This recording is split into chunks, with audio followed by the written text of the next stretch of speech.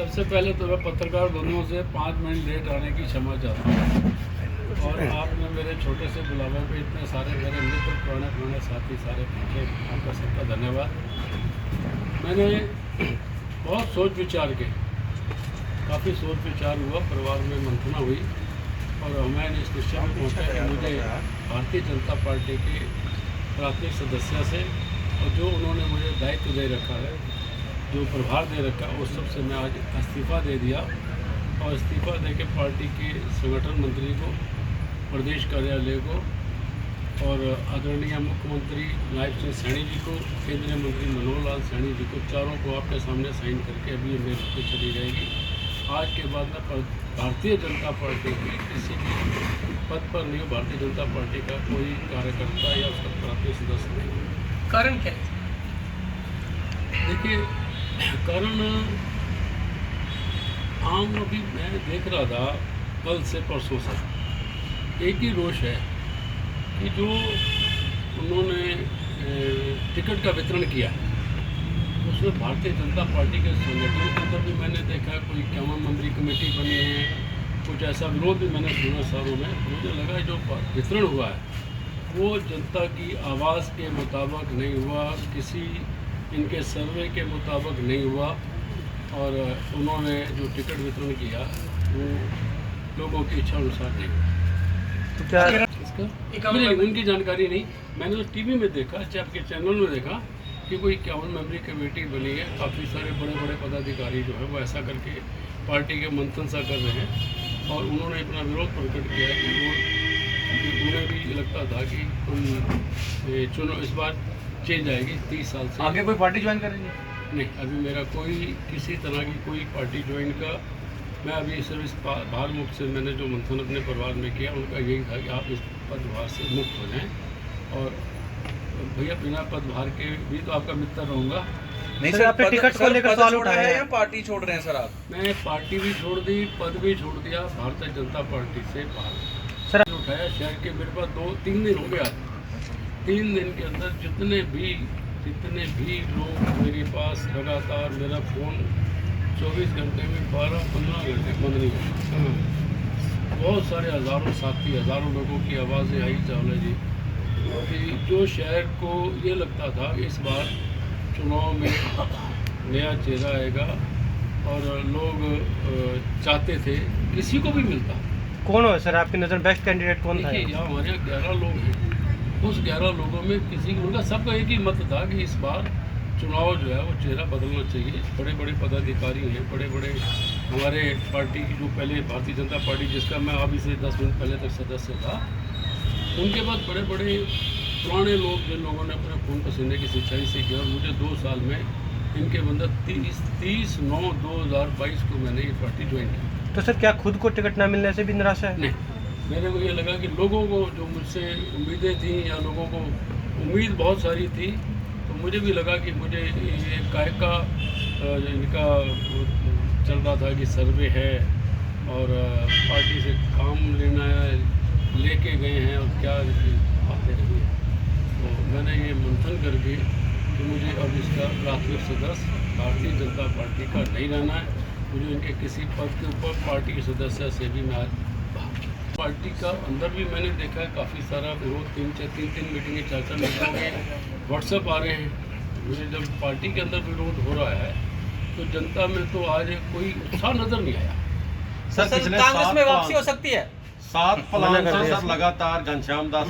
देखिए, इसी बात का लोगों में, पब्लिक में, समाज में एक रोष था कि भारतीय जनता पार्टी के पास नए और पुराने चेहरे बहुत सारे थे जो सेवा करना चाहते हैं, जिनके दामन पाक साफ और बढ़िया शहर के अंदर जो अपना मौजूद रखते हैं, उन लोगों को आगे आके आना चाहिए था। लोग उम्मीद लगाए बैठे थे कि इस बार काफ़ी चुनाव में चेहरा नया आएगा और चुनाव में एक बड़ा भारी जोश सा नज़र आता था। आपने देखा होगा कि इसके बाद तो बहुत ज़्यादा शहर में जोश आपको नज़र नहीं आया।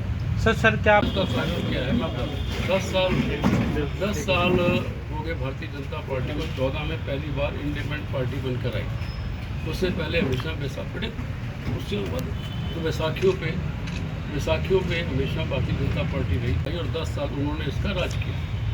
10 साल के अंदर दोनों बार ही भारतीय जनता पार्टी ने घनश्याम दास जी अरोड़ा, जो बहुत पुराने भारतीय जनता पार्टी के संघ से, संगठन से 50 साल से पार्टी की सेवा करते आ रहे हैं, और उनको भारतीय जनता पार्टी ने एक बहुत बड़ी कदावर नेता श्रीमती कमला वर्मा जी का मौजूदा रहते हुए भी उनका टिकट काट के इनको दिया गया कि हम मौजूद में चेहरा चेंज करना चाहते हैं। उसके बाद 3 चुनाव लगातार वो हारे। 2009 में मैंने चुनाव लड़ा था, उस टाइम पे इनकी जमानत जब्त भी हुई थी, और उसके बाद उनको एक चुनाव मिला, बहुत बड़ी तादाद से वोटों से वो जीते। दूसरे चुनाव में उनका लगा बहुत कम वोटों से वो जीते, तो लोगों को आशा थी कि इस बार भारतीय जनता पार्टी एक जैसे रूटीन था, उन्होंने इनको मौका दिया था भारतीय जनता पार्टी अपने संगठन के अंदर से कि एक नए चेहरे का मौका देंगे, जो चेहरा नहीं आया। इस करके मेरे को अलावा शहर सारे में जो एक चर्चाएँ थी पार्टी के अंदर नया चेहरा आया था, नहीं आया, तो मुझे लगा कि ये एक शहर के साथ, शहर के लोगों की मनमर्जी के साथ, शहर के उनके बड़े बड़े पदाधिकारी कार्यकर्ताओं के साथ ठीक नहीं लगा, तो मुझे वहाँ पर अब भारतीय जनता पार्टी में नहीं रहना है। मैं सामाजिक जीवन, मेरा राजनीतिक जीवन के साथ साथ बहुत बड़ा सामाजिक जीवन भी मेरा है, और मैं लोगों की सेवा में तत्पर रहता हूँ। तो मैं अभी तक यही की बात की छोड़ के भी मैं आप लोगों की शहर की सेवा करता हूँ। तो सर क्या जहाँ मैं रहा, मैंने वहाँ 30 साल मन से सेवा की।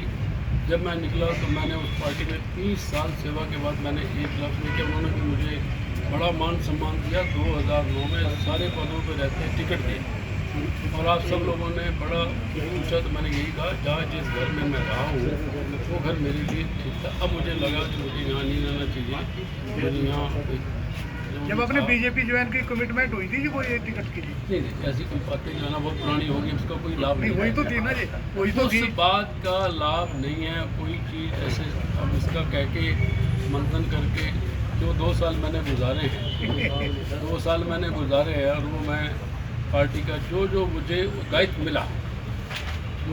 मिला कि आपने पार्टी की ये कार्यशैली के मुताबिक काम करना है, मैंने वो किया। मुझे दायित्व मिला कि आपने मेंबर पार्लियामेंट इलेक्शन के अंदर रादौर में जाना है, मैं वहाँ गया पूरा संगठन के साथ, जो दिन रात मैंने 24 घंटे वहाँ रह के मस्त वहाँ की, और 7100 वोटों से भारतीय जनता पार्टी के मेंबर पार्लियामेंट श्री नवीन जिंदल जी, जो हमारे बहुत पुराने साथी हैं, बहुत कदावर नेता और बहुत बड़े उद्योगपति हैं, उन्होंने भी 29,000 की वोट से जीते, जिसमें 7100 वोट का योगदान रादौर का था। और रादौर में मेरा वहाँ क्योंकि प्रभार मुझे दिया गया था, तो मुझे गर्व होता है कि मेरी उस मेहनत में उसका योगदान है। सर अगर मंडल का कि आपने उसके सारे जितने बूथ हैं उस बूथों पे जाके संगठन को मजबूत करने के लिए काम करना है। मैंने वहाँ पर एक संगठन, एक बूथ, एक पदाधिकारी से मिलकर संगठन को मजबूत करने का कार्य किया। मुझे संतोष है कि जो जिम्मेवारियाँ मिली मैंने उस जिम्मेवारी को बाखूबी निष्ठा से, धर्म से, मन से निभाई। सर दोनों पार्टी में आप रहे हैं, बीजेपी कांग्रेस में कंपैरिजन करें तो बेस्ट कौन सी है सर? देखिए, वो दोनों पार्टियां नेशनल पार्टी हैं, बड़ी पार्टी हैं, उनकी अपनी आइडियोलॉजी है, अपनी अपनी सोच है, अपनी अपनी समझ है। राष्ट्र आगे आप लोगों के बीच में रह के, अगर मेरे पे कोई पार्टी नहीं, आप लोगों के बीच में नहीं रह सकता, आप लोगों के बीच में रहूँगा। आप सब मेरे पुराने मित्र हैं।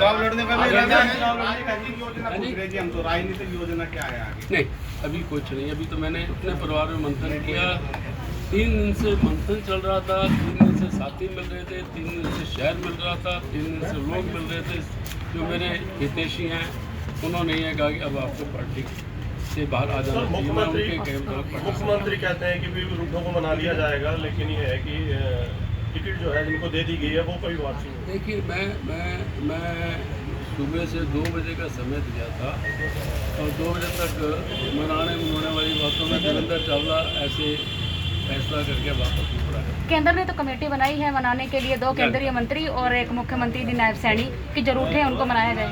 तो उनका अपना पार्टी, अब भारतीय जनता पार्टी का अपना संगठन है, अपने मुख्यमंत्री की, उनके संगठन की किस को मनाने आते हैं, लेकिन देवेंद्र चावला वापस नहीं जाएगा, ये पक्का है, पत्थर की लकीर है। कुल मिलाकर मुझे 6ठी बार अवसर दिया है। 2002 में उपचुनाव में मुझे पार्टी ने अपना प्रत्याशी बनाया था, 4 में बनाया, 9 में बनाया, 14 में बनाया, 19 में बनाया, अब 24 में बनाया। मैं बीजेपी का एक समर्पित कार्यकर्ता हूँ। संगठनात्मक रूप से मेरे पास जिलाध्यक्ष का पद रहा, प्रदेश के महामंत्री का पद रहा, प्रदेश प्रशिक्षण प्रमुख जो कार्यकर्ताओं को अनुशासन का, शिष्टाचार का, व्यवस्था का पाठ पढ़ाते हैं। मैं प्रदेश प्रमुख, प्रशिक्षण प्रमुख भी रहा हूँ। इसके अलावा समय समय पर केंद्रीय नेतृत्व ने एक बार मुझे गन्ने के विषय पे पेपर पढ़ने के लिए कहा था, तो मेरे पेपर की सराहना दिल्ली में सभी बीजेपी के नेतृत्व ने की थी कि गन्ने के ऊपर आपका काफ़ी अच्छा अध्ययन है। तो संगठन ने मेरे ऊपर विश्वास व्यक्त किया। मैं हमेशा संगठन की अपेक्षाओं पर खरा उतरा हूँ, ऐसा संगठन के लोग भी कहते हैं और मेरा मन भी यही कहता है। तो संगठन का अर्थात केंद्रीय नेतृत्व और प्रदेश नेतृत्व का मैं धन्यवाद करता हूँ कि उन्होंने लगातार छठी बार मुझ में विश्वास व्यक्त किया है। और जहाँ तक प्राथमिकताओं की बात है, मैंने यमुनानगर में मेडिकल कॉलेज की इच्छा व्यक्त की थी, वो निर्माणाधीन है। मैंने यमुनानगर में नया सिविल अस्पताल 200 बिस्तर का बने, वो 100 करोड़ की लागत से बन चुका है। यमुनानगर में लगभग 8,800 करोड़ की लागत से नई थर्मल यूनिट बनने जा रही है। यमुनानगर में मैंने जो बाडी मार्गा तीन नगर वाला पुल था उसको 4 लेनिंग बनवाने का काम किया। मैंने खजूरी रोड वाली सड़क बनवाई। मैंने बिजली घरों का विस्तार किया। मैंने अर्थात पार्टी ने, सरकार ने, मैं निमित्त हूँ विधायक के नाते, सेवक के नाते। तो हमने 39 नए ट्यूबवेल लगाए ताकि सबको पीने का पानी सुलभ हो सके और हम शहर का समुचित विकास हो। इसके लिए आगे की जो मेरी योजना है, यहाँ पर नया ट्रक अड्डा, नई मोटर मार्केट बननी चाहिए। यहाँ पर शहर की कनेक्टिविटी को सुचारू करने के लिए यमुनानगर बस स्टैंड से लेकर और गुरु तेग बहादुर साहब मेडिकल कॉलेज तक 4 लेनिंग सड़क का निर्माण हो, जो सीधा पंचकुला कलानौर रोड के ऊपर जाके मिलती है। तो निश्चित रूप से कनेक्टिविटी बढ़िया होगी। 20 करोड़ की लागत से यमुनानगर के रेलवे स्टेशन का हमने केंद्र सरकार ने नवीनीकरण करवाया और जितने भी यमुनानगर के आसपास रेलवे के ऊपर फाटक थे उनको अंडरब्रिज या ओवरब्रिज के माध्यम से हमने कनेक्टिविटी को सुचारू रूप से चलाया। किसी प्रकार की भी कोई बगावत नहीं है।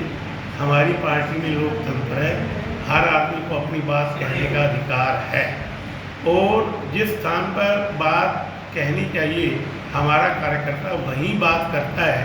और हमारी पार्टी में मतभेद तो कहीं हो सकते हैं, कहीं भी मनभेद नहीं है।